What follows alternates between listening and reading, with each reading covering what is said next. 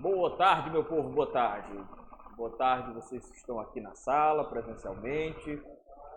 Boa tarde, pessoal de casa, quem está aqui em casa nos acompanhando. O João Cleantes está entrando. Bota aí, David, para eu ver todo mundo. O João Carlos, João Cleantes, o Luiz, o Edvaldo, a Raimara, lá do nosso querido Moraújo. Show de bola, pessoal.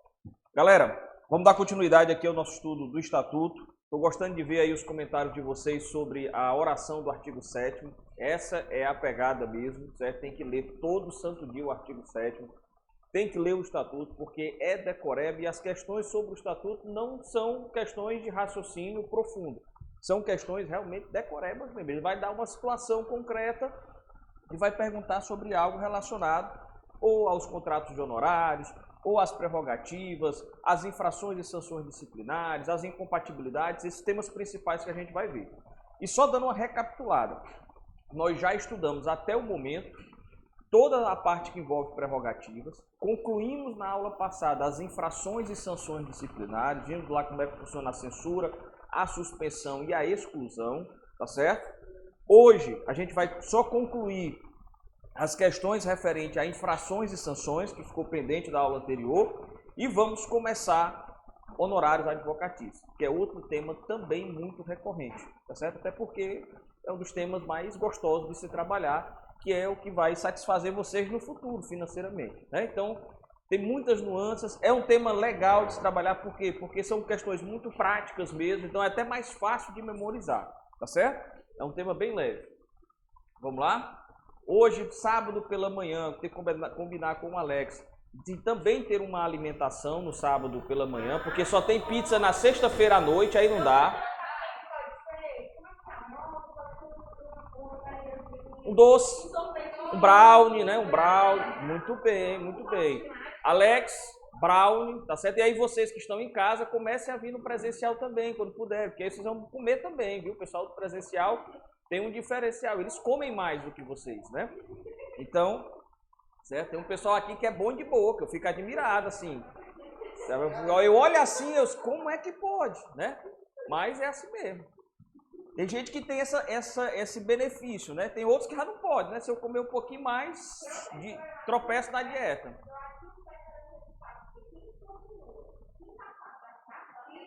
É verdade, é uma recompensa.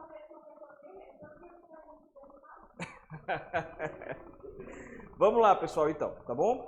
Dando continuidade aqui, as questões da aula passada sobre o tema de infração e sanção disciplinar. Pessoal, quem tiver dúvida em casa, fica à vontade para perguntar pelo chat. Rian também entrou agora, seja bem-vindo.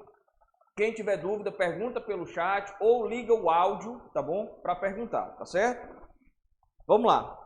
Antônio e José são advogados e atuam em matéria trabalhista. Antônio tomou conhecimento de certos fatos relativos à vida pessoal de seu cliente, que respondia a processo considerado de interesse acadêmico. Após o encerramento do feito judicial, Antônio resolveu abordar os fatos que deram origem ao processo em sua dissertação pública de mestrado. Então, a fim de se resguardar, Antônio notificou o cliente, indagando se este solicitava sigilo sobre os fatos pessoais ou se estes podiam ser tratados na aludida dissertação. Tendo obtido resposta favorável do cliente, Antônio abordou o assunto na dissertação. Primeira parte, ou seja, o cara era advogado do fulano de tal, e aí ele quis abordar a situação desse seu cliente na dissertação dele. Foi lá e pediu autorização e o cara autorizou. Bom, essa é a primeira situação. Vamos para a segunda. Por sua vez, o advogado José também soube de fatos pessoais de seu cliente, em razão de sua atuação em outro processo. Entretanto, José foi difamado em público, gravemente, por uma das partes da demanda. Por ser necessário a defesa de sua honra, José divulgou o conteúdo particular em que teve conhecimento. Considerando os dois casos narrados, assinale a alternativa correta. E aí, galera, qual é a alternativa correta aqui? Nós trabalhamos isso na aula passada, envolve questão relacionada ao sigilo profissional.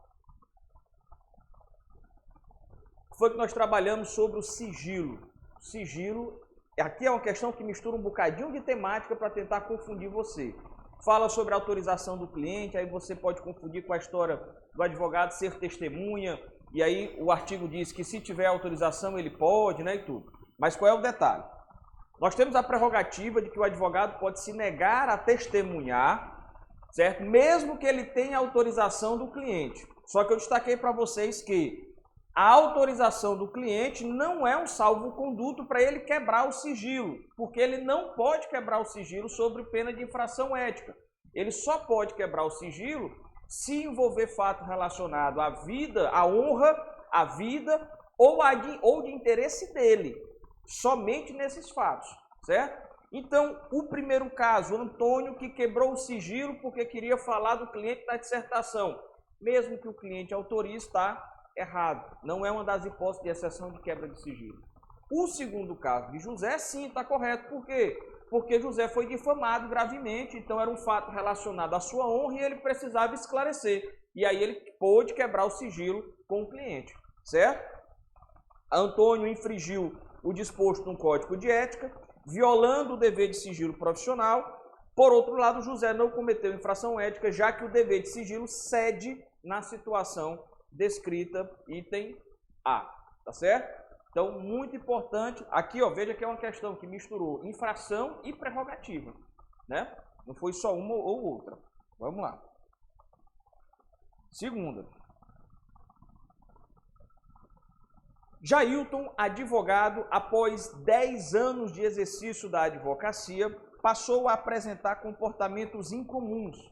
Após a avaliação médica, ele foi diagnosticado com uma doença mental curável, mediante medicação e tratamento bastante demorado. Segundo as disposições do Estatuto da Advocacia e da OAB, o caso do advogado Jailton incide em causa de...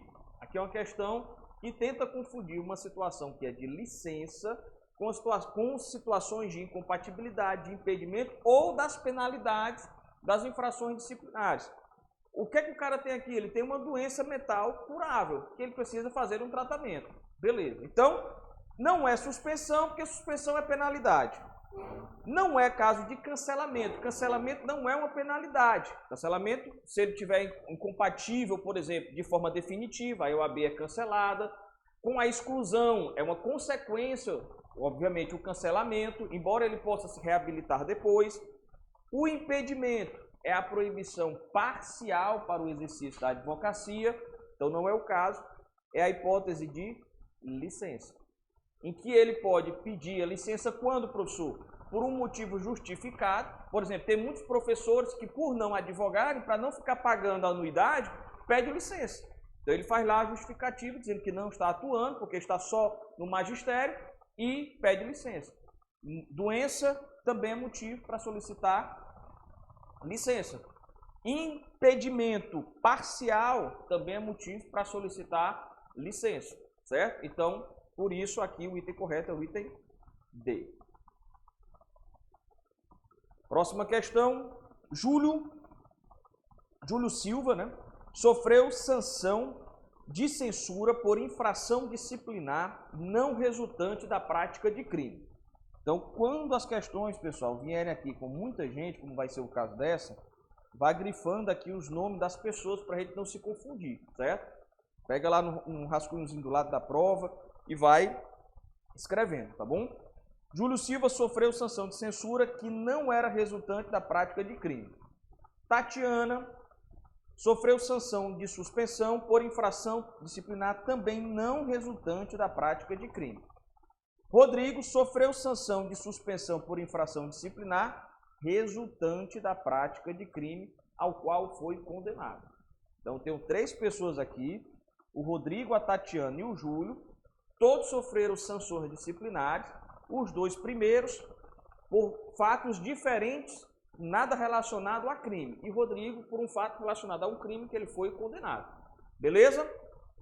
Vamos lá. Transcorrido 1 ano após a aplicação e o cumprimento das sanções, os 3 pretendem obter a reabilitação mediante provas efetivas de seu bom comportamento. Nós vimos que não importa qual é a sanção, seja ela de censura, suspensão ou a exclusão, é possível haver a reabilitação depois de 1 ano do cumprimento, certo? Passou 1 ano, ele entra com novas provas, demonstrando um bom comportamento e solicita a reinscrição dele, a reabilitação. Vamos lá. De acordo com o estatuto, assinale a alternativa correta. Júlio e Tatiana fazem jus à reabilitação que pode ser concedida após 1 ano mediante provas efetivas de bom comportamento nos casos de qualquer sanção disciplinar. O pedido de Rodrigo, porém, depende também da reabilitação criminal, justamente, certo? Por quê? Porque no caso de infração relacionada a crime, ele também precisa estar reabilitado criminalmente falando, do âmbito judicial, precisa ter cumprido a pena e não dever mais nada à justiça.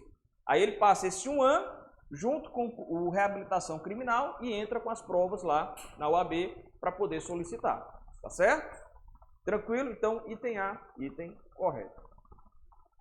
Vamos lá.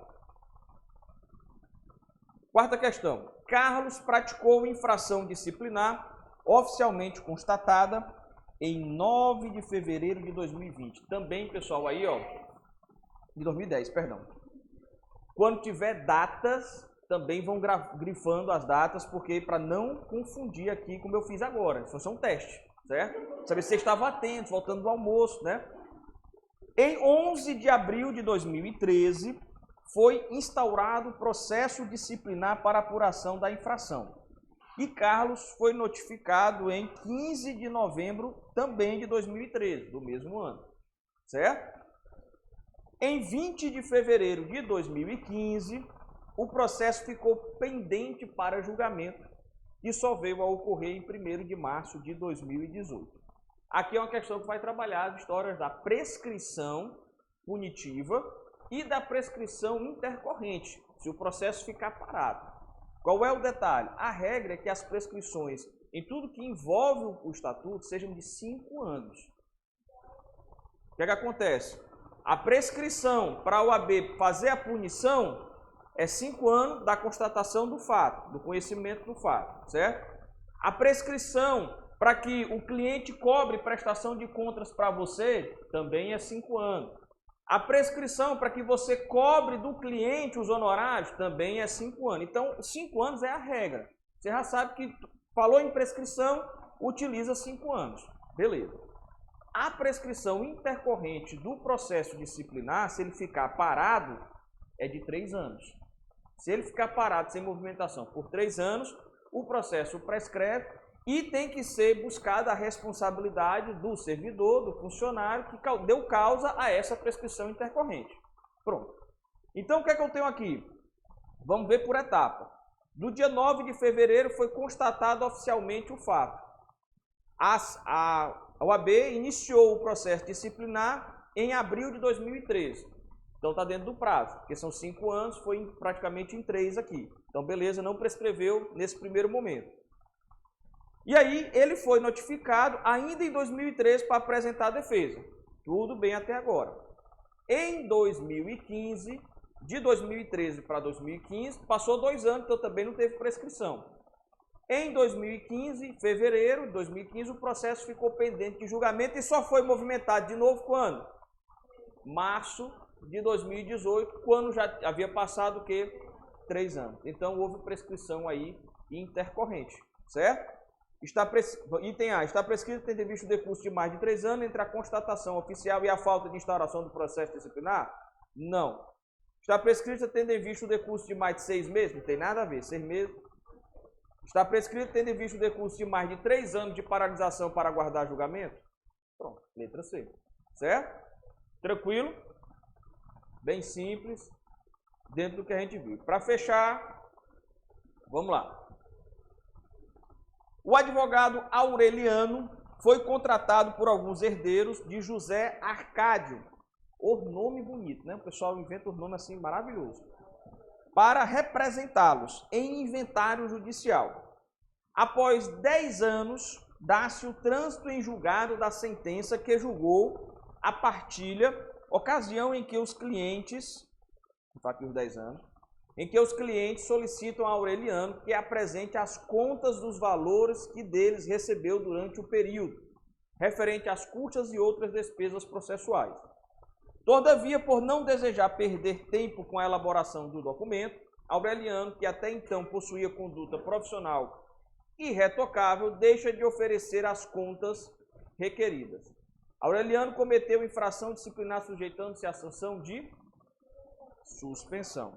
Cuidado, pessoal, aqui, porque a questão tenta confundir você com a história aqui dos 10 anos. O processo durou 10 anos, certo? Então, após 10 anos, deu-se o trânsito em julgado. O processo durou 10 anos. E isso, ele passou 10 anos trabalhando no processo. Não, porque aqui a ideia é confundir o candidato quando ele está lá. Porque na prova, você está lendo 80 questões, você está cansado, tenso. Aí você vai lembrar logo da prescrição de 5 anos. Aí você, vixe, passou mais de 5 anos. Aí você, vixe, não tem nenhuma resposta correta. Porque na sua cabeça, se você ler muito rápido, ele não cometeu infração nenhuma. Porque teria passado 10 anos. Se fosse 10 anos do trânsito em julgado, ele encerrou o processo e o cara foi pedir prestação de conta, aí ele podia, não dá. Porque já tinha passado mais de 5. Beleza, mas aqui não foi isso que aconteceu. Ele trabalhou no processo durante 10 anos. Aí a questão, terminou o processo, o cara pediu a prestação de conta. Então está dentro do prazo, ele se negou a dar, pena de suspensão. Certo? Por quê? Porque dinheiro gera a pena de suspensão. Tá certo? Tranquilo? Então fecha. Justamente. Que é o dinheiro, cifrãozinho, os autos, conduta e inépcia profissional. Beleza? Então vamos, David, cadê o David? Para o próximo slide aqui. Olha aí, David. Seu nome é Doce, David, aqui, viu? Só trocar o slide. Pessoal de casa, alguma dúvida? Débora, sejam bem-vindos. Quem tiver dúvida aí, pessoal, só dar o toque.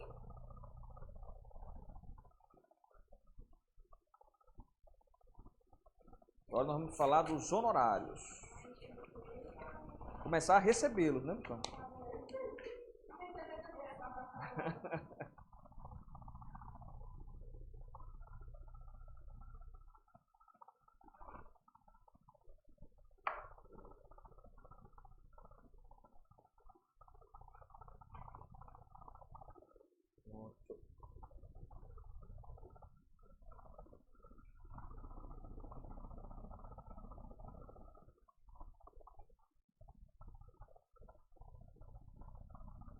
Pessoal, esse tema dos honorários é um tema muito leve, certo? Brincadeiras à parte, mas é porque como ele tem uma especificidade que é muito própria da prática profissional, fica muito mais fácil a gente dar continuidade, dar vazão à memorização dele. Diferente dos outros temas que a gente tem mais distante do exercício profissional como um todo, tá certo? Então, qual é o primeiro ponto aqui que é importante a gente esclarecer sobre os honorários, tá certo? É conhecer a natureza jurídica dele, pessoal, certo? Qual é a natureza jurídica dos honorários? É natureza jurídica alimentar. Por que o advogado faz tanta questão da importância da proteção dos honorários? Porque aquilo dali é a sobrevivência.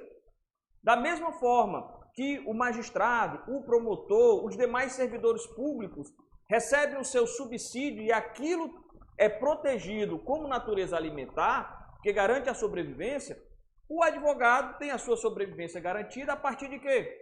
Dos honorários. É isso que vai garantir a sobrevivência do advogado.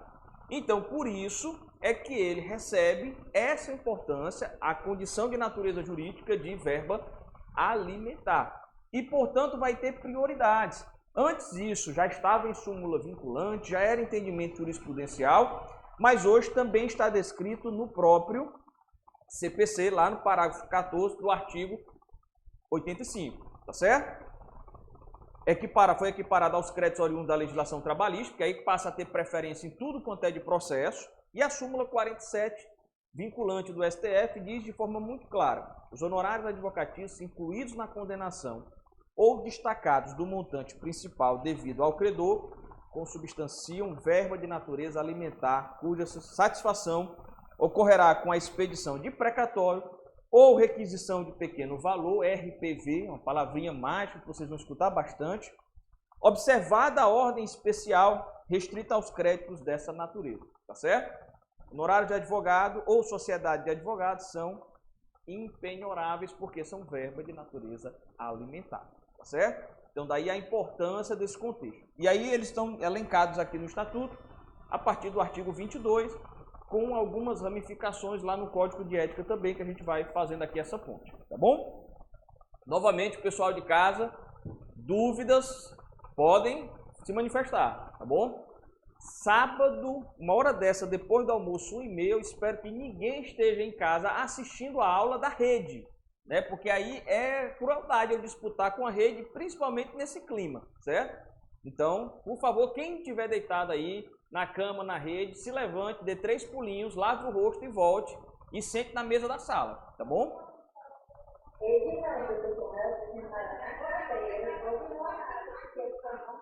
Olha aí. Vamos conversar sobre isso, vamos conversar sobre isso. Eu fui da corda, né?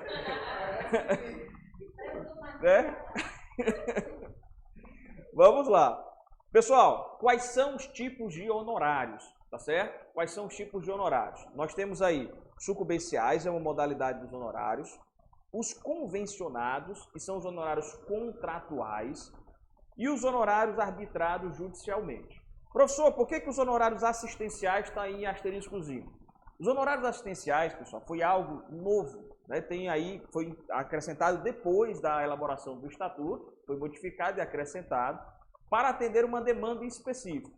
Mas ele é praticamente a mesma lógica dos honorários sucumbenciais, só que direcionados às ações coletivas. Quando o advogado está representando ali um grupo de pessoas para um sindicato, uma associação, por exemplo. Tanto é que na prova anterior, ele foi cobrado como se fosse um honorário de sucumbência. Muita gente ainda tentou recorrer a essa questão, dizendo que o enunciado usou a nomenclatura errada, deveria ter usado honorários assistenciais, mas a OAB não reformou essa questão. Então é porque ela entendeu que os honorários ditos assistenciais, na nomenclatura correta realmente, tem esse perfil de honorário de sucumbência quando está relacionado a essa forma de representação, tá certo? A gente vai falar de cada um aqui no slide, tá bom? Então você tem aí 3 tipos de honorários: sucumbenciais, os convencionados, que são os contratuais, aquele que você vai combinar no escritório com o seu cliente, e os arbitrados judicialmente, que a gente vai já entender como é que funciona ele. Podem ser. Os honorários contratuais e os sucumbenciais podem ser recebidos no mesmo processo. Um não se mistura com o outro. O que é difícil na prática é você explicar ao cliente. Quando o cliente pega a sentença, aí ele vê lá o juiz determinando. Que às vezes o juiz coloca lá honorários sucumbenciais ao advogado em 15%. Beleza, quando ele ainda bota sucumbencial, o cliente ainda vê que é um negócio diferente. Mas quando o juiz bota lá honorários advocatícios fixados em 15%, daqui que você sente no escritório, convença o cliente, faça ele compreender que aqueles honorários que o juiz determinou não é os honorários contratuais que você combinou com ele no escritório, é mais de 2 horas de conversa, certo? Porque ele acha que é a mesma coisa, e não é. A parte que perdeu, justamente. A parte que perdeu, a gente vai falar, é que paga os honorários sucumbenciais, certo? É responsabilidade da parte vencida, da parte que perdeu. Os contratuais é algo combinado com o seu cliente, conforme a tabela da OAB, certo? Dentro do valor mínimo. Vamos falar dele aqui agora. Honorários convencionados. Pode anotar aí, ou contratuais, certo? Ou contratuais. Certo? Ele é fixado de maneira livre entre o cliente e o advogado, certo? Obviamente que você tem que obedecer à tabela da OAB. A tabela da OAB, pessoal, estabelece o mínimo, certo? O mínimo.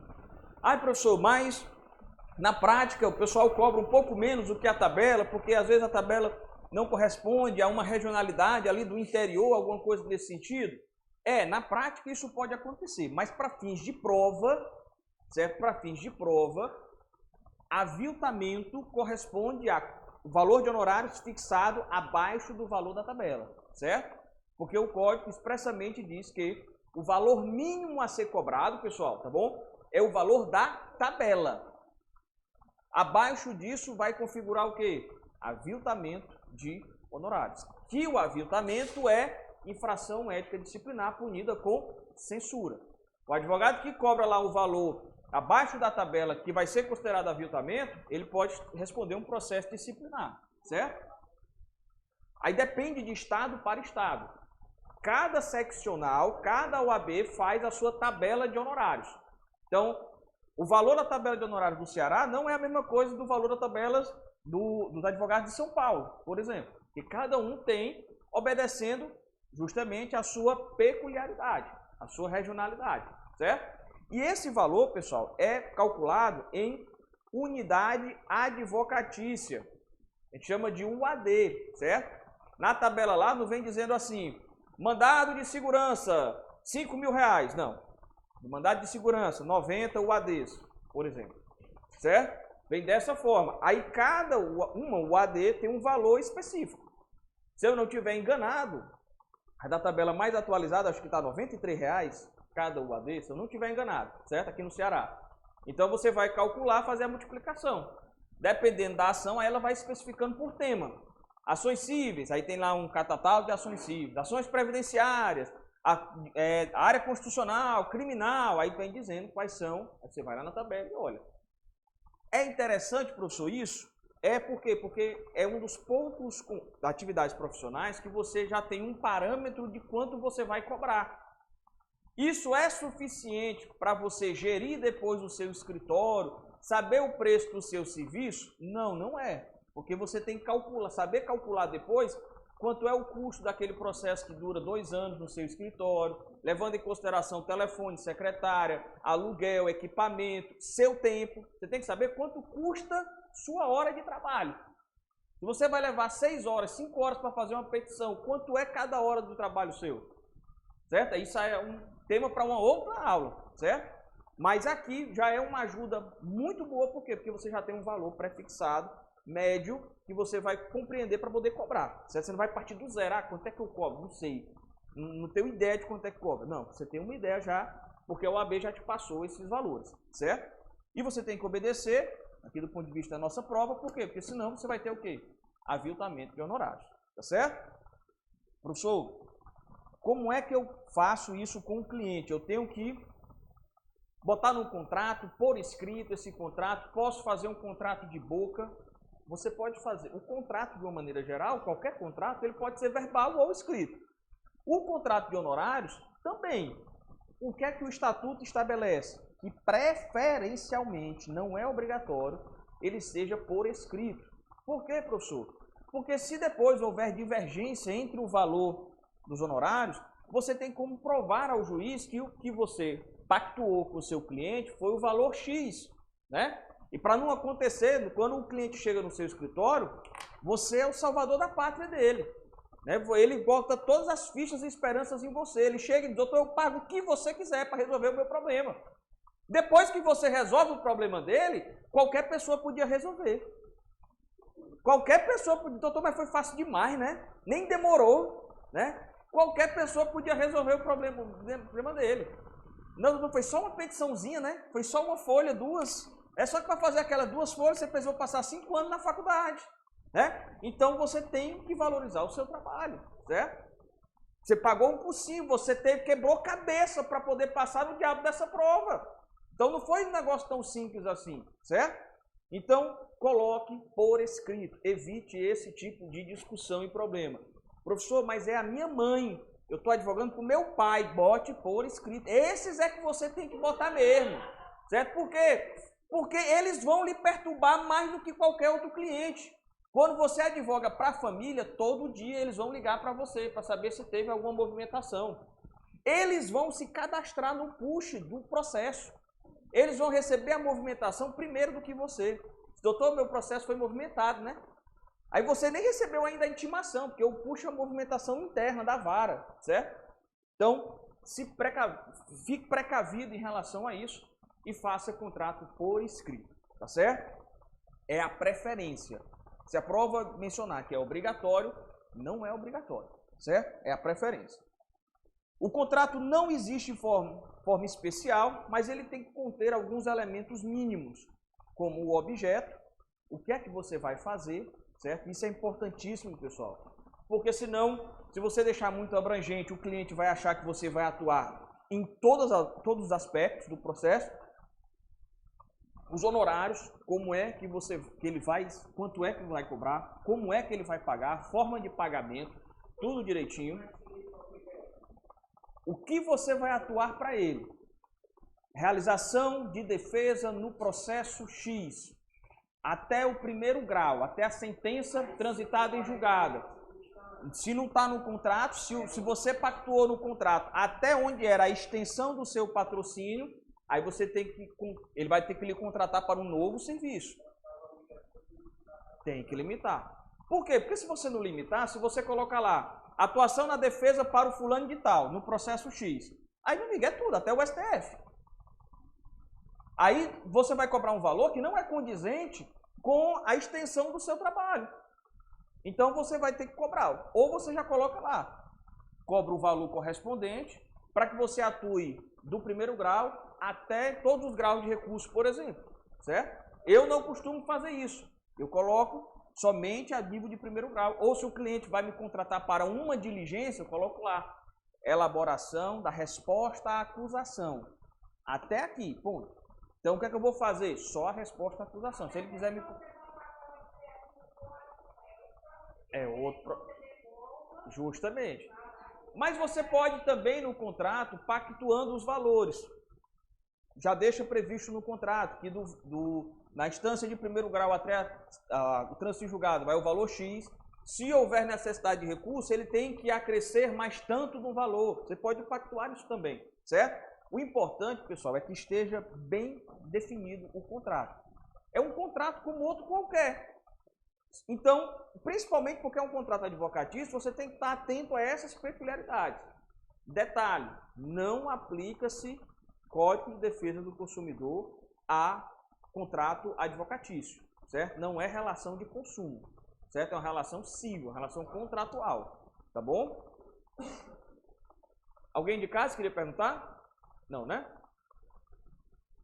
Forma de pagamento, você vai poder estabelecer essa forma de pagamento, se parcelado ou não, né? Hoje, às vezes, para não perder o cliente, parcela, né? Geralmente, antigamente, antes da pandemia, geralmente eram valores únicos em 2 parcelas no máximo. Hoje a gente parcela igual nas Casas Bahia para não perder o cliente, 10 vezes, do jeito que der. O importante é não deixar o cliente ir embora do seu escritório sem fechar o contrato, certo?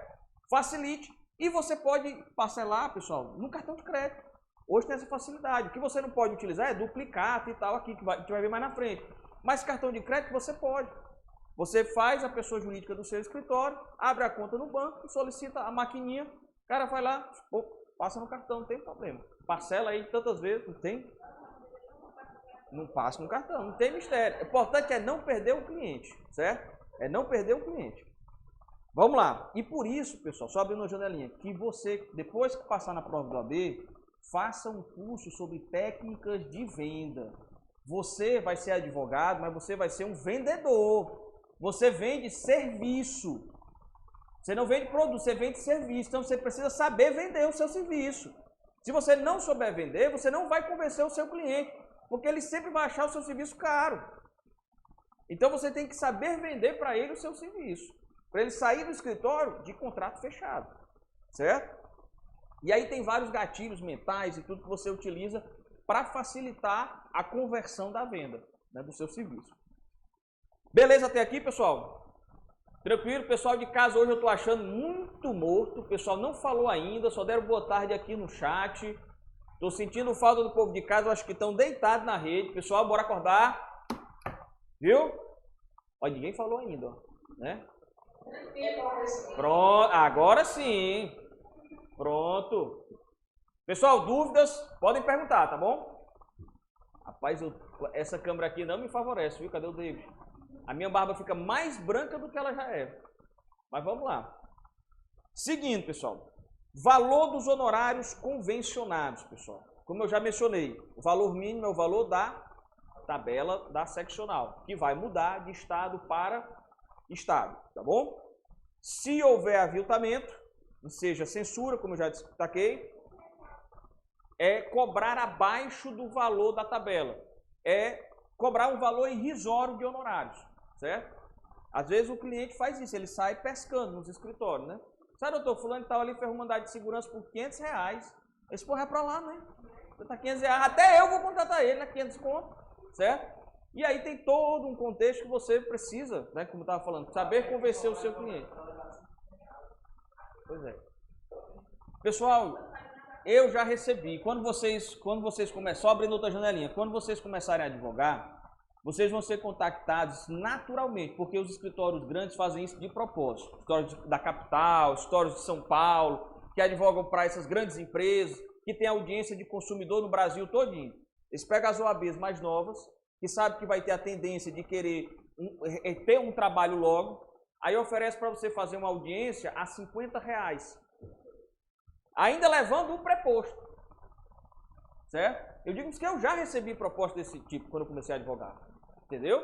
Então você vai receber essa proposta. E aí, no Ceará, nós temos uma tabela para esse tipo de situação, que é a tabela de diligência de correspondência, a gente chama disso, diligência de correspondência, certo? Então foi depois de tanta confusão quanto a isso, porque se oferecia valores muito baixos, a OAB estipulou uma tabela que é menor do que a tabela normal de honorários, só para esse tipo de atividade. Quando você é contratado não por um cliente em específico, mas por um outro escritório para fazer uma diligência. Tirar cópia de processo, que hoje é mais difícil porque é tudo virtualizado, mas para fazer audiência, certo? Então, valorizem-se, pessoal. Isso é importantíssimo. Cobrem consulta. Você vai passar 2 horas conversando com o sujeito e você não vai cobrar nada. Ele sai do seu escritório, não fecha contrato com você e você não vai cobrar nada. Você não vai no médico e ele, se você não gostar do médico, você não fizer nada com ele, ele não vai cobrar R$350 pela consulta, R$400. Por que você não cobra também? Né? E a nossa consulta é até mais barata do que a do médico. E o pessoal não quer pagar. Né? Pois é. Justamente. Você chega lá no médico, doutor, eu quero conversar com você agora, né? Você não consegue nenhuma consulta assim. Eu quero só tirar uma dúvida, doutor, né? Esse negócio aqui no meu olho, doutor, é o que? Essa manchinha aqui. Não existe isso, certo? Então, vamos lá. Título executivo extra do judicial, o contrato de honorários, você vai poder executá-lo, certo? E a gente vai ver na frente, você pode executar ele tanto na própria ação que correu o processo, como numa ação autônoma, tanto faz. A preferência é da ação do processo, mas pode ser também numa ação autônoma, tá bom? Porque ele é um título executivo extrajudicial. E mais ainda, a jurisprudência, já isso é prego batido e ponta virada, não há necessidade de ter a assinatura das testemunhas. Porque todo contrato, lá no direito civil, ele é um título executivo extrajudicial. Só que para ele ser um título executivo, ele precisa ter a assinatura das 2 testemunhas. O de honorários não precisa, certo? Então você, quando fizer o contrato do seu cliente, não precisa pedir para a secretária assinar como testemunha, para o estagiário assinar como testemunha, por quê? Porque não precisa das testemunhas para ele ser um título executivo, tá certo? Você vai conseguir executá-lo mesmo sem as testemunhas, tá bom? Salvo em concordância do advogado, o acordo feito entre as partes não prejudica os honorários contratuais. Você firmou lá o acordo, o valor dos contratos, dos honorários no contrato. Digo, você quer desligar ou ligar? Eu tô morrendo de calor aqui. Aquele está desligado, se não desligar só esse. Tem certeza? Certo. Ó, são 3. Marca aí, Lívia. Mas não está desligando não, tá? Ah, pronto. Então vamos lá. Liga o cronômetro aí. Fixei os honorários, certo? Com o meu cliente. Tá lá, fixei lá em 5.000 os honorários com o meu cliente. O processo começou a decorrer e aí acabamos que fizemos um acordo no processo. Eu não precisei fazer tudo que estava à disposição do meu trabalho no processo, porque na primeira etapa a gente fez um acordo. Isso vai invalidar os meus honorários convencionados, meus honorários contratuais? Não. A não ser que eu concorde. A não ser que eu diga, não, tudo bem. Como a gente fez um acordo aqui logo no começo do processo, eu vou lhe devolver tanto, eu vou deixar por tanto, a não ser que eu concorde. Mas se eu não concordar, os honorários contratuais, eles continuam sendo obrigação do cliente pagar, mesmo que haja acordo, certo? Mesmo que haja acordo. E aí, quais são as regras para eu fixar esses honorários? O que é que eu vou ponderar, professor, para haver a fixação desses honorários? Como é que eu vou calcular? A tabela é o mínimo, eu posso cobrar mais? Posso. A tabela é o mínimo. Mas aí eu posso, dependendo de vários fatores, subir o valor e ter a minha tabela. Eu posso ter a tabela no meu escritório do quanto eu cobro para um mandado de segurança, de quanto eu cobro para uma execução, para uma ação de alimentos. Eu posso ter a minha tabela, que vai variar conforme esses critérios aqui, pessoal. Relevância, vulto e complexidade e dificuldade do processo. Quem faz essa avaliação? Você é advogado. Trabalho e tempo. Quanto tempo esse processo vai me levar? Quanto tempo eu vou passar me dedicando a ele? Por isso que é importante saber o valor da sua hora de trabalho. Impedimento em outras causas ou cliente. Tem casos que se você advogar para uma empresa X, você não vai poder pegar a empresa concorrente. Você vai ter que ficar exclusivamente vinculado a ele. Então isso deve pesar no valor dos seus honorários. Valor da causa, condição financeira do cliente, proveito do serviço. Quanto aquilo é importante para o meu cliente?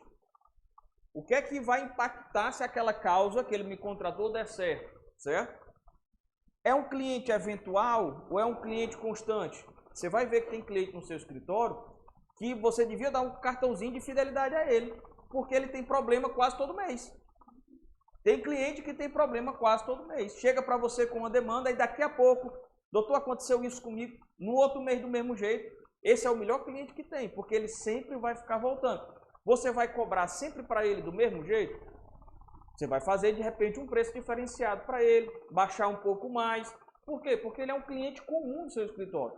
Ele indica outros, ele indica você para outras pessoas, certo? Então você faz um valor diferenciado, diferente daquele cliente que foi pontual, que só foi uma vez, que a primeira vez chegou no seu escritório. Não. O valor mínimo, isso. A nível de prova, sim. Na prática, você acaba cobrando um pouco abaixo do valor da tabela, porque muitas vezes o valor da tabela, ele é calculado, ele é analisado sob uma perspectiva muito metropolitana, muito de capital. E aí no interior ele fica altamente defasado e desproporcional. O que você não vai poder fazer nunca é auditar esses honorários muito abaixo do valor da tabela na prática, certo? Se você jogar ele lá para baixo, aí você vai estar fazendo um escancarado aviltamento. Agora, isso. Para prova, o que é que o Estatuto considera aviltamento? Cobrar abaixo da tabela. Cobrar abaixo da tabela, considere como aviltamento, certo? Vamos lá. Lugar da prestação de serviço. De repente você é contratado para advogar em Sobral, mas se você precisar se deslocar, eu tive um cliente que morava em Itapajé. Então eu tinha um valor que recebia toda a vida que era necessário eu ir a Itapajé, porque eu estava prestando serviço em outro local. Então isso ponderou na hora de eu cobrar o valor dos honorários. Competência profissional, prática em trabalho semelhante. Quanto mais know-how você vai ganhando com o tempo da sua advocacia, você vai se destacando naquela especialidade, mais você vai tendo competência profissional e os seus honorários, obviamente, vão ficando mais caros. Você vai contratar um advogado X que já é conhecido por atuar em demanda junto ao STF. O cara mora lá em Brasília, atua só contra o STF. É a mesma coisa de você contratar um advogado que não tem essa atuação? Não vai ser. Ele vai cobrar um preço diferenciado. Por quê? Porque ele tem uma expertise profissional há um certo tempo no mercado que permite a ele subir o valor dos honorários dele. Não tem como eu cobrar a mesma coisa que o cara que está lá em Brasília, que já tem anos advogando no STF, eu cobrar a mesma coisa. Eu vou fazer? Não vou, o cliente não vai pagar, porque eu não vou ter essa mesma expertise que ele dentro da competência profissional. Então, você vai perceber que no início da sua advocacia, quanto mais rápido você também se tornar referência numa área, é melhor, inclusive, do ponto de vista financeiro. Porque aí o seu know-how, o seu renome naquela área vai aumentando, o que vai permitir o cliente naturalmente te reconhecer e pagar mais pelo seu serviço. Certo? Esse negócio, pessoal, de ser clínico geral, já era. Viu? Ser clínico geral não é mais a bola da vez, porque hoje a tendência não é nem você ser um especialista em uma área, você ser um especialista da especialização. Eu sou especialista em direito do trabalho. Já é muito amplo. Já tem gente se especializando só em reclamação trabalhista. O cara é especialista na reclamação. Recurso já é outra coisa. Já é outro cara. Por quê? Para que você crie as situações de referência. Mas aí é outra aula. Vamos lá. Tranquilo até aqui? São critérios que estão no código de ética para que você faça a fixação. Se cair na sua prova, são esses critérios aqui. Posso cobrar os honorários fixados com base em salário mínimo? Não, certo? O honorário tem natureza alimentar, mas não é pensão alimentícia, você cobrar em salário mínimo, certo? Então você vai cobrar no valor em dinheiro fixado lá, estabelecido nas UAD, certo? Posso receber, professor, esta bela televisão 52 polegadas como honorário? Em regra, não, certo? Você só vai poder receber objetos do seu cliente em situações excepcionais, quando ele comprovadamente não tiver como pagar em pecúnia, tá certo? E isso estiver previsto no contrato, certo? Situações excepcionais. Eu não posso logo de cara, não, amigo, se você não quiser pagar aqui, você pode me dar a televisão, a geladeira da sua casa. Não, certo? Porque aí você desconfigura todo o aspecto da dignidade do exercício da advocacia, tá bom? Então,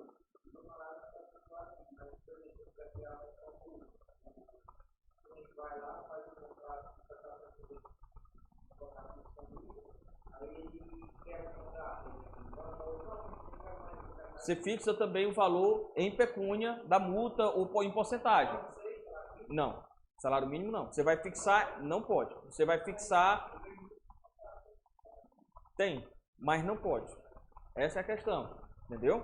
Você não pode fixar os valores de honorários, mesmo que sejam multas contratuais, em salário mínimo. Você vai fixar em porcentagem ou no valor. Se houver quebra contratual, ele vai pagar 10% do valor total do contrato.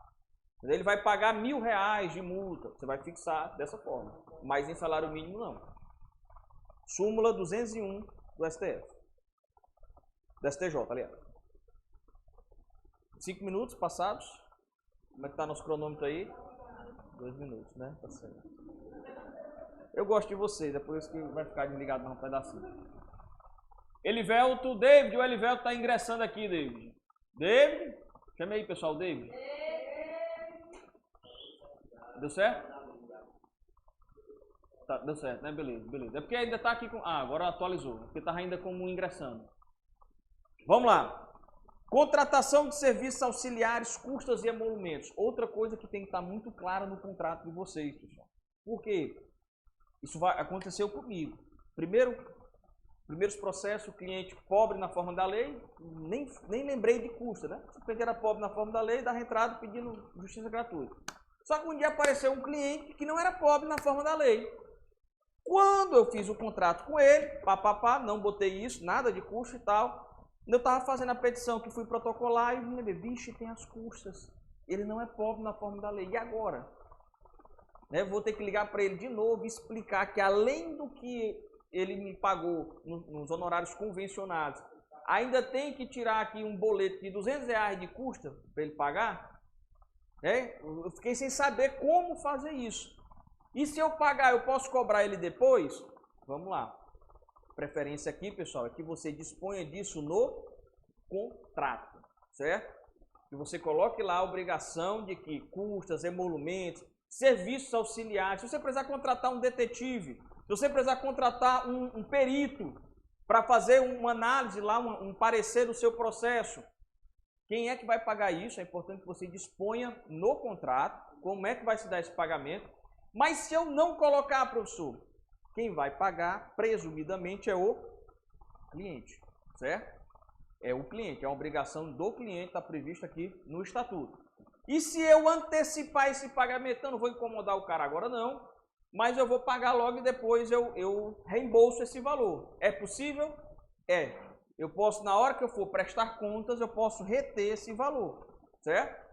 Ó, eu gastei aqui R$500 com a perícia, com as custas, então eu vou abater aqui da sua verba que você ganhou no processo, R$500 que eu vou reter, porque eu adiantei. Não, não pode não, pode sim, o estatuto permite que eu faça essa retenção legalmente falando, porque, embora não esteja no contrato, eu vou presumir, por lei, por conta do estatuto, que a obrigação é sua, do cliente. Beleza? Mas para evitar, é melhor deixar no contrato. Olha aí, a Lívia é gente boa. Me avisou. Ligou. Certo? Tranquilo, pessoal? Então, custas, emolumentos, todos, serviços auxiliares, presumem-se do cliente, mesmo que não estejam dispostos no contrato. Tá certo? E é permitido você reter esse valor, tá bom? Na prestação de conta. Compensação de crédito com o cliente. Às vezes você advoga para uma pessoa, principalmente quando advoga para a família, tem um familiar que está ali devendo. O cara está ali devendo lá R$1.000. Aí você advogou para ele e vai fazer essa compensação quando terminar o processo. Você vai compensar o crédito que você tenha recebido do seu cliente sobre um outro fato. Você vendeu alguma coisa para ele, eu vendi esse tablet para o meu cliente, ele está me devendo ainda os R$1.000 do tablet. Aí na hora do processo eu vou lá e vou compensar. É possível fazer isso? Desde que esteja no contrato. Se não tiver no contrato, ele tem que fazer um termozinho lá autorizando a compensação dos créditos. Certo? E é importante que isso também não seja de boca. Porque se depois ele for reclamar e dizer, não autorizei você compensar os créditos. Aí você já tem lá, não, autorizou sim, está aqui o termo em que você deu a autorização especial para a compensação.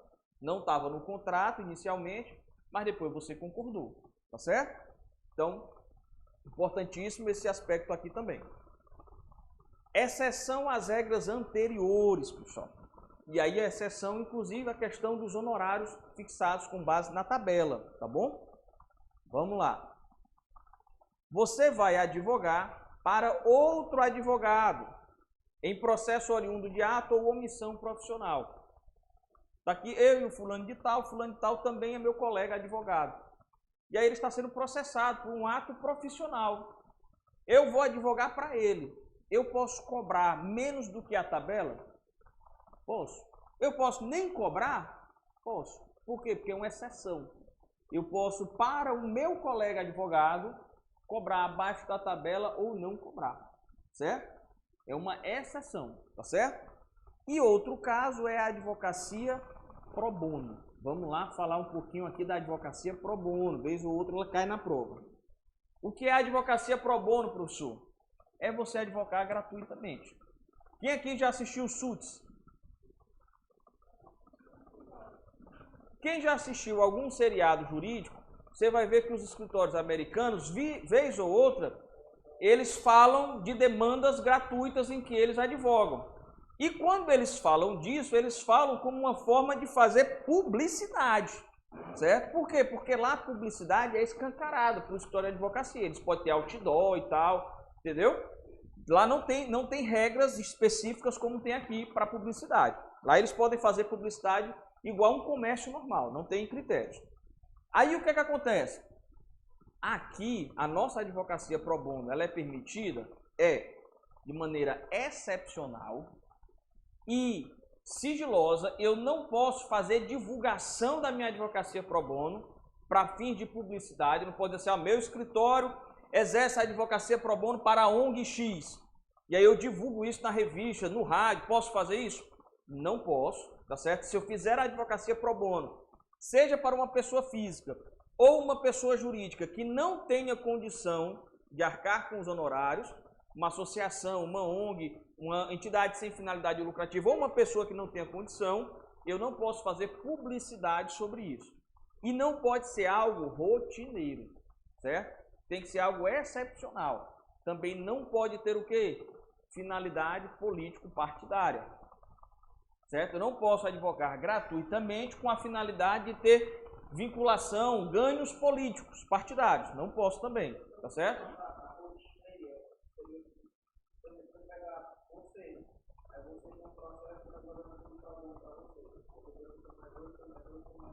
Não, não é. Para mim você pode. Justamente. Eu sempre ter a advocacia pro bono ali, sempre tendo mais. Eu tenho um hall de clientes pro bono. Pronto. Eu tenho aqui 10, 20, 30. Aí eu estou desvinculando esse aspecto da excepcionalidade. Certo? Tranquilo? Beleza, vamos lá. Honorários arbitrados judicialmente. Terminamos o primeiro modalidade de honorários. Dúvidas até aqui? Honorários contratuais, os convencionados. Pessoal de casa, dúvidas? Tranquilo, professor. Show de bola, então. Qualquer dúvida, pessoal, só perguntar, tá bom? Tanto pelo chat como pelo áudio. Fiquem à vontade. Então, vamos lá. Segunda modalidade de honorários, pessoal. Os honorários arbitrados judicialmente. Cuidado, não confunda esse honorário com o honorário que é pago ao defensor dativo. Aquele honorário é um honorário fixado pelo juiz, que vai ser pago pelo Estado, certo? Já a gente fala dele. Aqui, o que é que acontece? Quando você não fixou o contrato, ou você fez de forma verbal, e o seu cliente está questionando esse contrato verbal, dizendo, não, você não pactuou comigo isso não era 20%, era 10%, ele está brigando por isso. Você vai precisar fazer o quê? Entrar com uma ação contra o seu cliente, cobrando os honorários do serviço que você prestou. E aí quem vai fixar esses honorários é o juiz. Quem vai determinar se o que você está dizendo é o valor correto ou não, vai ser o juiz. Por isso, arbitrado judicialmente. Eu vou ter que entrar com uma ação, dizendo, excelência, está aqui a cópia do processo que eu atuei para o Mário Vitor. Está aqui, eu fiz a defesa, eu fiz a contestação, eu participei da audiência, está aqui o termo de audiência, tudo direitinho. Nós combinamos 5 mil, ele só quer pagar 4. Mas está aqui, foi o que nós combinamos por todo o serviço. Aí o juiz vai fazer o quê? Vai dar a defesa ao cliente, o cliente vai poder se manifestar e dizer, não foi isso que nós combinamos. Eu tenho aqui um print da nossa conversa, combinando 4 mil. Ou o juiz também pode nomear um perito para avaliar a extensão da causa, para dar o valor correspondente à complexidade do trabalho. Tudo isso o juiz vai avaliar para poder fixar. Agora ele tem que obedecer o quê? A tabela da OAB. O juiz vai ter que obedecer a tabela da OAB. Na mesma ação. Não, aqui é uma outra ação. Aqui é uma outra ação. Eu atuei para o Mário Vitor num processo. Pronto. Não fiz contrato escrito por ele, o processo terminou. Fiz só um contrato verbal. Estamos discutindo sobre o contrato. Eu vou ter que entrar com uma ação ordinária, cobrando o valor dos honorários. Ação de cobrança. E aí eu tenho que juntar as provas do serviço que eu realizei para poder dizer, excelência, esse serviço, pela complexidade, o valor é tanto, que foi o que nós combinamos. Já a gente chega no dativo. Pode ser no mesmo processo, como não, certo? Geralmente, nem sempre é no mesmo processo. Por quê? Porque você vai ter que executar por meio do Estado depois, certo? Alguém vai perguntar, pessoal?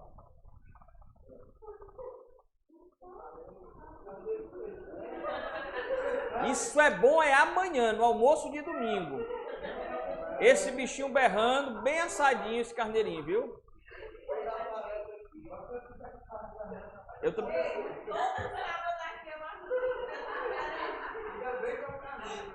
Vamos lá. Só sei que quem for matar esse pobre desse carneiro e assar, tá certo? Chame a gente. Engorde o carneiro pro churrasco da aprovação, não é melhor? Engorde o carneiro pro churrasco da aprovação. Ave Maria, eu sou doido pro carneiro. E o assado, então, sou daqueles que pega a costelinha e... Vamos lá. Seguindo, pessoal. Deixa eu ver aqui. Pronto. Ação, remuneração compatível com o trabalho e o valor da questão. Então, de fato. Não pode ser fixado abaixo da tabela da OAB. O juiz pode nomear um perito para poder compreender toda a extensão do trabalho. E aí um detalhe. Se o Mário Vitor é o meu cliente, que eu estou agora cobrando judicialmente a fixação dos honorários contra ele. Para eu processá-lo nessa ação, eu preciso renunciar o mandato da representação que ele me deu. Eu não posso mais ser advogado formal dele, certo? Eu tenho que, e justamente, eu tenho que renunciar ao mandato. Não é nem por uma quebra de sigilo, é para evitar conflito. Como é que eu sou oficialmente advogado dele e vou processá-lo, certo? Não, eu tenho que renunciar total, eu tenho que deixar de ser seu advogado, de todos.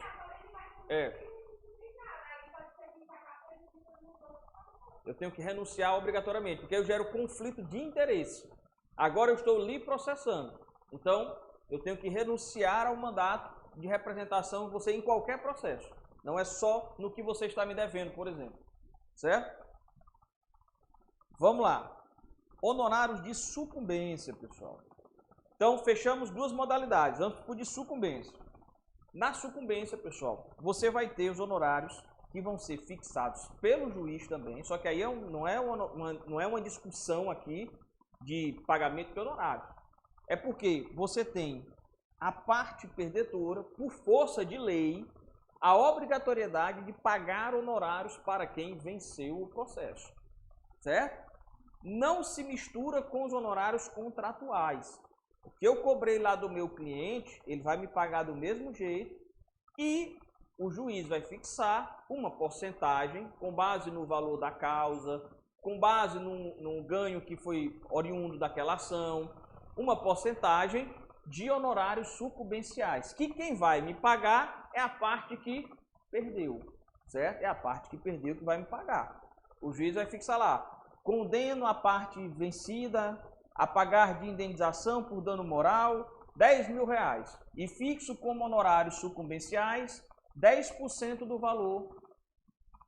valor da condenação. Então eu vou ter R$1.000 aqui de honorários sucumbenciais. Fora os outros 3.000 que eu cobrei para entrar com a ação, por exemplo. Certo? Que é o honorário contratual. Tá bom? Uma coisa não se mistura com a outra. Certo? É devido, mesmo que o advogado atue em causa própria, nós podemos atuar em causa própria. Se você for processado, você pode fazer sua própria defesa. Nesse processo, professor, eu vou ter direito a honorários sucumbenciais? Vai do mesmo jeito. Tá certo? Pertence ao advogado, direito autônomo para executar a sentença nesta parte, podendo requerer o pagamento por precatório, certo? Eu posso executar lá no próprio processo, pedindo o destacamento desses honorários sucumbenciais. Os honorários contratuais, se eu juntar o contrato no processo antes da expedição do RPV ou do precatório, o juiz também tem a obrigação de mandar fazer o quê? Destacar o valor, certo? Destacar o pagamento. Então, eu combinei com o meu cliente o pagamento de 30% do que ele ganhasse na ação. Se eu botei isso no contrato por escrito, é um outro motivo bom para você fazer o contrato por escrito. Eu peço ao juiz, no processo, depois que transitar em julgado, que estiver na fase de execução, excelência, está aqui o contrato, destaque o valor. Aí sai um alvará no seu nome e um outro alvará no nome do cliente. Aí ninguém briga, não tem confusão, certo? Você não vai precisar estar correndo atrás no dia de receber o alvará no banco, segurando na mão do seu cliente para não ter perigo dele não lhe pagar, porque você tem o seu alvarazinho aqui. Opa, eu defendo. Já pensou? Você tem o seu alvarazinho, não é falar de alvará, a gente se empolga logo, né? Você tem o seu alvarazinho aqui, seu RPV para poder receber já destacado no seu nome. A mesma coisa você pode fazer com a sucumbência. Certo? Mesma coisa você pode fazer com a sucumbência, não tem problema, certo? Nas causas em que for parte o empregador ou pessoa por este representada, os honorários de sucumbência são devidos aos advogados empregados, salvo disposição em contrário, já eu explico isso aqui. Na sociedade de advogados serão partilhados entre ele e a empregadora, salvo acordo em contrário. O que acontece aqui, pessoal? Você vai ter um parágrafo aqui do estatuto mencionando que os honorários de sucumbência, eles são exclusivos do advogado. E qualquer disposição ou convenção em contrário não tem validade. Isso ainda está em vigor? Não. Por quê? Porque esta DIN aqui reconheceu a inconstitucionalidade disso. Ou seja, os honorários de sucumbência, hoje, se eu advogo para uma sociedade de advogados, sou advogado associado de um escritório, os honorários de sucumbência, Dependendo do que o meu escritório tenha como convenção, como regra, ele pode ser parte do escritório, parte meu. Se eu sou advogado público, eu também recebo. Sou procurador federal, eu também recebo honorário de sucumbência. Em regra, era para ser só de quem? Só do advogado público, só do procurador federal. Mas os órgãos públicos também têm um regramento em que esses honorários são partilhados com a administração pública. Não fica só com o advogado público, certo? É possível, professor, fazer isso? É, porque a ADIM reconheceu a inconstitucionalidade do parágrafo do estatuto que dizia que esse honorário de sucumbência era todo do advogado e que tudo que dissesse o contrário era nulo, certo? Então, esse parágrafo não tem mais validade por conta da ADIM, tá certo? Então, por isso que pode haver essas pactuações, tá bom? Não, cliente não.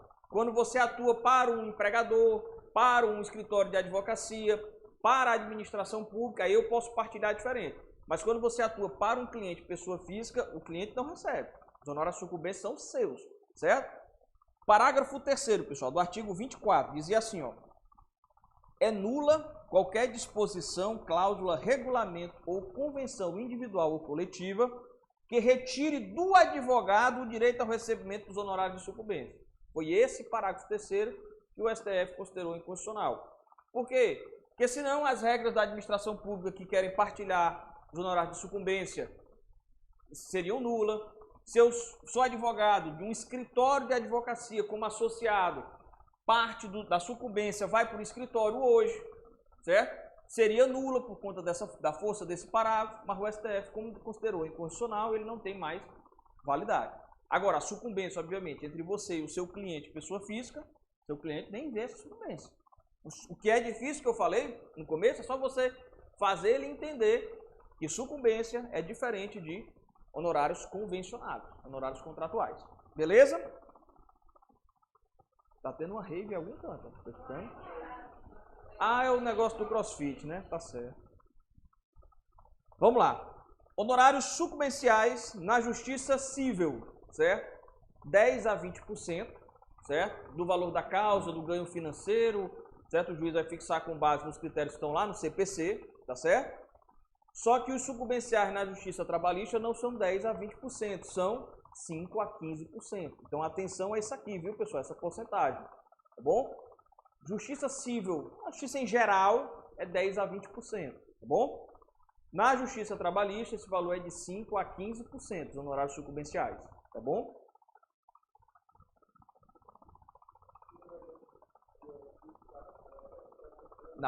Na sentença judicial. O juiz vai lá, na hora que ele condena, ele já fixa os honorários.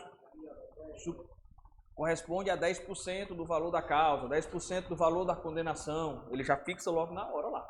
Certo?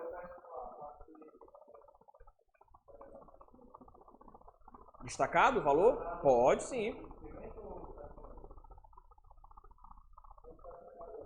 Antes do precatório, Transitou, o juiz sentenciou, tá lá, condenou o seu cliente a receber 10 mil e de honorários sucumbenciais em 10%, R$1.000. Na sentença, ela vai ter o prazo do recurso, você não pode executar ainda, porque tem o prazo do recurso. Passou o prazo do recurso, ela transitou em julgado. Pronto, aí você vai poder solicitar ao juiz, excelência, requer aqui o início da execução, notifique-se a parte vencida para pagar o valor da indenização e eu quero executar também a sucumbência. Emita aí um alvará apartado para a sucumbência. Pronto. Aí o juiz vai emitir 2 alvarás, certo? Vai emitir 2 alvarás, um alvará para o seu cliente e um alvará para você. Se você tem honorários contratuais a receber, você junta o contrato por escrito e aí você pode pedir esse apartado. Agora, se você não tem um honorário contratual, você não vai conseguir pedir que seja destacado o valor.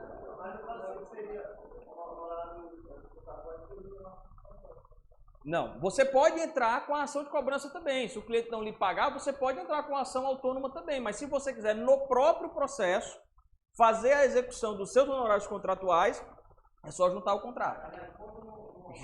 Já sai o alvará separado, certo? Nas demandas previdenciárias, isso acontece demais. Demais. Você tem lá um contrato fixando 30% do valor que o cliente receber. Aí você também pode receber honorários sucumbenciais. você tanto vai pedir a separação do valor contratual, como a separação da sucumbência. Não, aí pode ser uma execução normal. Vai penhora, vai leiloar bens, vai fazer o procedimento de execução normal. Não, aí nesse processo você vai ter as manifestações. O juiz vai determinar um alvará, a pessoa vai determinar que pague, a pessoa não pagou, aí você vai iniciar o processo normal da execução, as petições decorrentes de um processo de execução. Você vai pedir a penhora dos valores ativos em conta bancária, vai pedir para o juiz fazer a apreensão no Bacenjude, verificar se tem veículos para serem restringidos à venda e tudo, para fim de leilão. Você vai fazer os procedimentos normais de uma execução, certo? Se houver a inadimplência do pagamento, né? Sucumbência parcial, professor. Como é que é isso? É possível ocorrer, professor? O que é a sucumbência parcial? Sucumbência é o honorário que vai pagar a parte que perdeu. Só que hoje, com o novo CPC, que não é mais novo, né? Porque é 2015, já está um bocadinho de tempo, não é mais novo, né? Você pode perder parcialmente. Se você entrar com a ação pedindo 10 mil e você só ganhar 5, você não ganhou a ação. Você perdeu parcialmente a ação e ganhou parcialmente a ação. Então o juiz pode fazer o quê? Determinar a sucumbência recíproca. Você vai pagar tanto de sucumbência porque perdeu, foi condenada a indenizar, mas você também vai pagar tanto de sucumbência porque você pediu 10 e só vai estar ganhando 5, então você também perdeu. Vão pagar a sucumbência, justamente. Nesse caso, parcialmente. Por quê? Porque todos dois perderam. Um foi condenado e o outro perdeu porque não ganhou o que pediu. Certo? Só que o que é que o juiz não pode fazer? Compensar esses valores. Ele não pode dizer assim, ó, vocês estão sendo condenados a honorários recíprocos, você vai pagar 3 mil para ela e ela vai pagar 5 mil para você. Só que aí eu vou aqui na sentença compensar. Paga só 2, agora paga só 2 para ela e acabou, está resolvido. Não pode fazer isso, não pode fazer essa compensação de honorário. Você vai pagar os 5 e ela vai pagar os 3. No final é a mesma coisa, né? Mas não pode. A lei veda a compensação na sentença, do juiz fazer essa compensação na sentença. Beleza?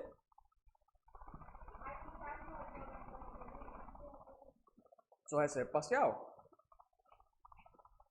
Tranquilo? Por isso, pessoal, que hoje dificilmente você vê, antigamente era muito comum você ver a galera entrando com uma ação de indenização, o cara pedindo lá 100 mil reais de indenização, aí o juiz fixava 10 mil, o cara entrava pedindo um valor exorbitante, o juiz fixava 5 mil.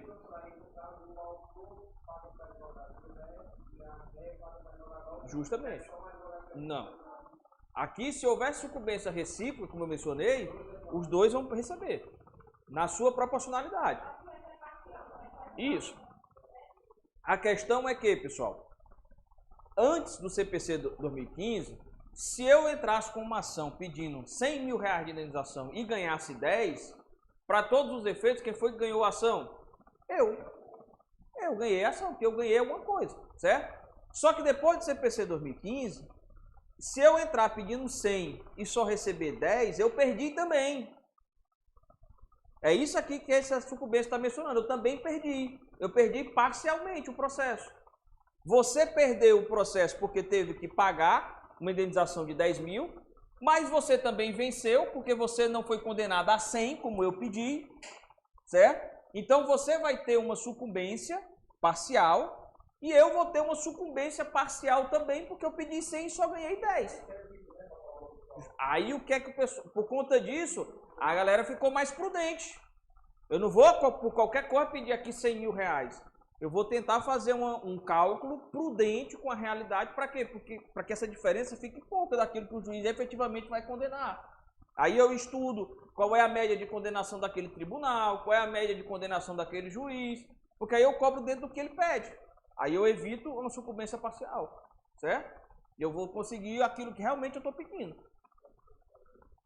Ajuda, porque a galera entrava... Isso na demanda trabalhista ainda é muito complicado, porque com a reforma foi aplicado isso daqui. Só que como na seara trabalhista tem todo um cenário diferente, por conta do trabalhador e tudo, de uma maneira geral, os juízes às vezes não aplicam essa situação e tudo, por conta da hipossuficiência do trabalhador.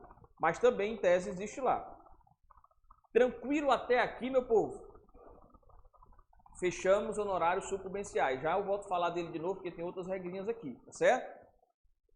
Pessoal de casa, ok? Ok. Show, show. Beleza. Ok, David, 5 minutos. Valeu, meu Deus. Vamos lá, seguindo. Pessoal de casa, um carneiro berrou aí um pedacinho. Eu quero saber de onde foi esse carneiro, porque eu quero que ele seja engordado para a gente fazer no nosso churrasco, certo? Carneiro é bom demais, meu povo. Agora estou desejando um carneirinho. Com a macaxeira, é bom demais. Ave Maria. Seguindo. Quem sabe, no invés de pizza na sexta-feira, não pode vir um carneiro assado para cá? O cheiro que não vai ficar aqui, né? Aí. Ó, pro churrasco de aprovação eu dou o carneiro escalado já, viu? Tá aí, ó. Carneiro escalado é por minha conta, viu? Se eu for convidado, o carneiro escalado está lá, viu? Pronto.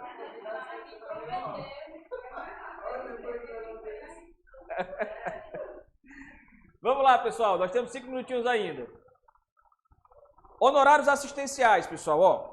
Só reforçando aqui, ó. Os honorários assistenciais, eles não estão elencados aqui no caput do 22. Quando o caput do 22 diz, ó, prestação de serviço profissional assegura aos inscritos na OAB o direito aos honorários convencionados, aos fixados por arbitramento judicial ou sucumbência. Por que eles não estão aqui? Justamente porque eles foram inseridos depois, certo? Por quê? Porque eles tinham a mesma feitura, a mesma ideia da sucumbência, que ainda hoje é. Tanto é que na prova passada a OAB assim considerou. Ela não foi técnica o suficiente, não usou essa nomenclatura, mas ela estava se referindo a esse caso na questão. São aqueles fixados em ações coletivas propostas por entidades de classe em substituição processual, sem prejuízo dos honorários convencionados. Aqui, a questão foi justamente essa. O advogado atuou em uma ação coletiva para um sindicato e tal, em substituição processual, e recebeu, e o juiz condenou honorários de sucumbência. Isso impede que ele receba os honorários contratuais, que ele tenha firmado eventualmente com essas pessoas que ele estava representando no sindicato? Não impede. Só que por que a galera esperneou nessa questão? Porque a questão não usou o nome assistenciais.